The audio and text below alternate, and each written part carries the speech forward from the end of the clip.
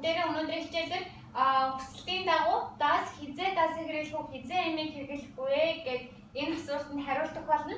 За тэгээд надаас маш олон хүмүүс which, that, who, where гэдэг эдгээр үнүүдийн өгүүлбэрийн голд нь хэрхэн хэрэглэх вэ гэдгийг зааж өгөөрэй гэж асуусан.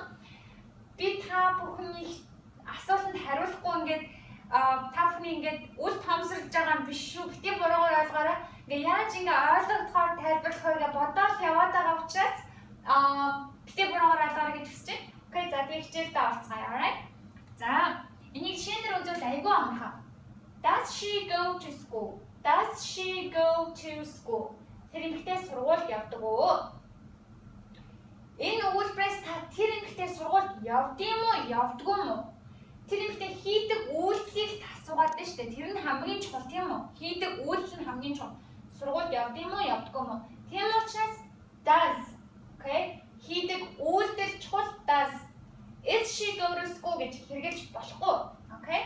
Одоо харин хизээ is гэдгийг дахиад нэг жишээ үзчихье. Is she a student? Is she a student? Тэр эмэгтэй сурагч мөн үү? Сурагч уу? Тэр эмэгтэй хин юм бэ гэдгийг асууж байгаа учраас is, okay? Үйлдэл байхгүй шүү дээ. Сургуульд явдгийм үү гэж асуув. Үйлдэл байхгүй учраас is. Does she a student гэж асууж болохгүй гэсэн. Одоо бүгдээрээ is гэдгийг илүү наривчилж өөр дахиад дөрвөн төрлийн хэрэглэж болдог газруудыг үзье тийм үү? Okay?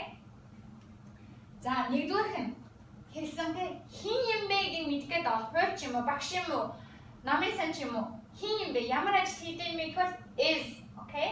Is she a student? Хоёрдугаар нь is she a good student? Is she a good student? Энэ тэр эмэгтэй сайн сурагч уу? Хамгийн чухал мэдэх гээд байгаа зүйл нь тэр эмэгтэй сайн юм уу, муу юм уу гэдгийг мэдэх гээд байгаа шүү дээ. Тийм үстэй? Сайн юм уу, муу юм уу, ямар сурагч юм бэ? Тийм учраас is she a good student? Энд does she a good student гэж асууж болохгүй. Okay? Тэр эмэгтэй тарган юм уу, бүдүү юм уу, турхаа юм уу, нарийнхан юм уу, хар юм уу, бор юм уу, шар юм уу, ногоо юм уу, цэнхэр юм уу? Ямар юм бэ гэж асууж байгаа бол is she a good student? Гуравдугаар нь тэр хүн хаана байгаа юм бэ гэж асуух бол тэр зүйл хаана байгаа юм бэ гэж асуух бол Are you on your way home? Are you on your way home? За, энэ өгүүлбэр та бүхний маш сайн цайлараа гэж хүсэж байна. Та нөхөрлөгөө залгаад чи замдаа явж гин үү? Чи замдаа явж гин үү? Их замдаа явж гин үү? Ирж гин үү гэж асуудаг штэ. Тэгж асуувал та ингэж асуугаарай. Are you on your way home? Чи за англи хэлээс монгол руу үг бүрчлээ орчуулъя тийм үү? Чи гэрлүүгээ их зам дээрээ байна уу гэсэн гэж орчуулагдаж байна тийм үү? Alright? Ингээд ойлгохгүй сонсож байгаа юм ямар сонин сонсож байгаа юм мэдээлэл гэхдээ тэр маань хэлний ялгаа те. Are you on your way home гэхээр чи гэрдээ замдаа явж гин үү гэд монгол хэл дээр явах гэдэг үйл өгт орчуулагдаад байгаа болохоос биш тийм үйл үг энэ дотор байхгүй. Байна гэж чи зам дээр байна уу гэдгийг байна гэдэг are гэдэг үйл үг байгаа. Is she on her way to the school? Is she on her way to the school? Okay? Тэр эмэгтэй сургууль руугаа явах зам дээрээ явж гин үү? Сургууль руугаа явж гин үү? Сургууль руугаа явах зам дээрээ байна уу гэсэн үг, окей? Тэгэхээр ингээд машиндаа суугаад ингээд явж гин штэ тийм үү? Энд чинь яагаад би home гэдгээ урд би to хэрэглэхгүй байж болдог. Ганцхан home гэсэн гэр гэсэн үгний ард би заавал to гэдэг direction буюу ингээд тэрэн рүү гэдгийг хэрэглэхгүй байж болдог гэсэн. To school гэдэгтээ заавал to хэрэглэнэ. Home-оос бас бүх газар дээр та to direction to гэдгийг хэлэх ёстой шүү, окей? За тэгээд home гэдэг нь одоо нэг юм дөрмийн бус хэлбэр юм байна тийм үү? Alright. За тэгвэл одоо 3 дахь нь энэ 3-ыг үзсэн те. 4 дахь нь яг одоо хийж байгаа зүйлдээ ярихдаа та is-ийг удаа гаргадаг. Гэтэ is гэдгийн араас subject, үлийн эзэн am, is, are тэгээ үүлэг маань ing нөхцөлтэй авдаг тийм үү? Ing нөхцөл авдаг. Жишээлбэл I am driving right now. I am driving right now. Би яг одоо машин барьж байна тийм үү? I am driving right now. Тэгвэл та хүнээс зөвхөн am, is, are урдаа гаргаад are you driving right now? Чи яг одоо машин барьж байна уу? Are you driving right now гэж асуудаг. Тийм учраас та хүнээс 4-р хинтэй 5-р хин яг одоо хийж байгаа зүйлийг та асуух бол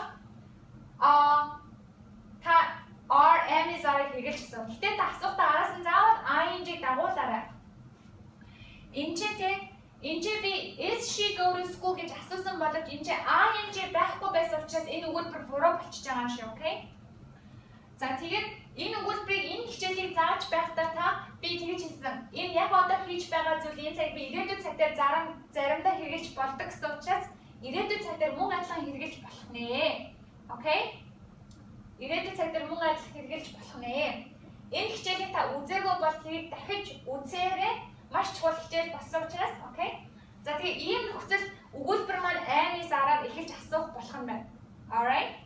Хин юм бэ? Ямар юм бэ? Хаана байгаа юм бэ? Юу хийж байгаа юм бэ? Тэгээ ирээдүйн хүн тийм үү? Alright? За одоо тэгвэл бүгдээрээ does-ын үзцгээе. Does тийм үү? Does гэхлээр зэрэг тэр эмэгтэй юу хийдэг юм бэ гэх тэр хүн юу хийдэг юм бэ гэх давтамж одоо байн хийдэг зүйлийг асуух гэж байгаа та do does-ын асуудаг. Байн хийдэг зүйл. Чи сургууль руугаа хэр анхан явдیں۔ Жим руу хэр анхан явдیں۔ Явдаг юм бэ гэх. Мөн адил ингээд та цагийн хуваар явж бол автобус хэдэн цагт явдیں гэх. Цагийн хуваар чи ингээд байнга ингээд тэр цагтаа байнга явдаг ш автобус чи тийм учраас даг болж байгаа. Мөн ингээд байнга үнэн байдаг зүйлийн тухай ярихад мөн хэрэгэлдэг. Жишээлх юм бол над баруунаас манддаг, ус 100 г буцалдаг гэж Монгол бахад багш нар зааж өгдөг байсан шүү дээ. Тэд нар бүгдээрээ үнэн тийм. Окей. За мөн адил эдгээр үйл өгнөд, эдгээр бүгдээрээ үйл өгнөд, маш чухал үйл өгнөд. Мэдхгүй бол хамгийн түрүүнд сэжлээ, okay?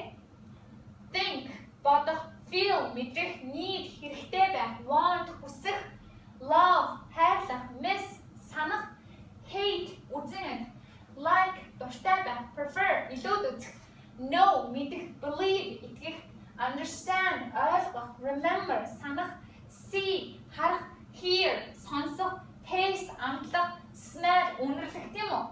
Alright. Эдгээр үйл өгнүүдээр та бүхэн дандаа does, do гэж асуулт гэж шүү, okay? Дандаа асуулт. Жишээлбэл do you hate me? Do you like me? Do you understand me? Do you believe me? Do you believe in me? Do you know me? Do you remember me? Do you hear me? Do you see me? Do you think үнэстэй юу гэж бодож байна? Do you think хичнээн та монгол хэлээр орчуулахад тэгж байна уу? Чи үнэрлж байна уу? Сонсож байна уу? Ойлгож байна уу? Жэ байна уу? Яг одоо хийж байгаа зүйл шиг сонсогдоод байгаа боловч мөн хэлний ялгаа. Эдгээрийг дандаа do, does-аар хэрэглэнэ. Эдгээр үйл өгнүүдийг. За тэгээд мөн нөгөө нэг хамгийн чухал нь байн хийдэг зүйлийн үйл өгнүүдтэй тийм үү? Okay? За ийм байд юм байна. За тэгвэл одоо бүгдээрээ өмнө зааж өгсөн WH асуултууд шүү дээ. WH асуултаа when, where, who, how much, how many, how often, how хэмжлэгээр өгнүүдийг хизээ асуу өмнө хаана орох вэ гэхээр асуултуудын өө байна тийм үү? Тийм учраас өөрд нь орно, okay? Асуултууд өөрд нь орох нь шүү. WH question дандаа өөрд орно, alright? За тэгэхээр ерөөсөн does гэдгийн өөрд нь орно гэсэн үг.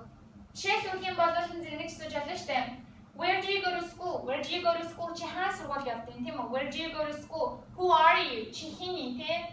Хэмжлэн ингээд how often do you go to the gym? Тэ хэр ойрхон чи gym руу явдаг юм бэ? How often do you go to the gym? Тийм үү? Их мэтчлэн WH асуултууд хамгийн урд ордог. Alright? За, was working аймгийн сарын өнгөрсөн цагууд тийм үү? Би мөн хичээлүүд дээр зааж өгсөн. Тэгээд тийм учраас яг адилхан did гэдэг чинь does do-гийн өнгөрсөн цаг тийм үү? Хэн байсан? Ямар байсан? Хаана байсан? Юу хийж байсан гэж асуувал was were. Юу хийсэн юм бэ? Өнгөрсөн тодорхой нэг цагт юу хийсэн юм бэ гэж асуувал did. Okay? За тэгээд би энэ юу яа чинь? Энэ нөгөө нэг do does-ийн хичээлийг би Facebook биш YouTube-д оруулсан учраас энэ бичлэгийн доор нь би линкийг үлдээх учраас та тэр энгийн одоо цагийн хичээлийг одоо үргэлжилж байгаа цагтаа хоёулын хамтд нь сайн үзээрэй. Дахин үзэх юм бол илүү ойлгомжтой тогтоогдох учраас alright за тэгээд та бүхэнд амжилт хүсье. Баярлалаа.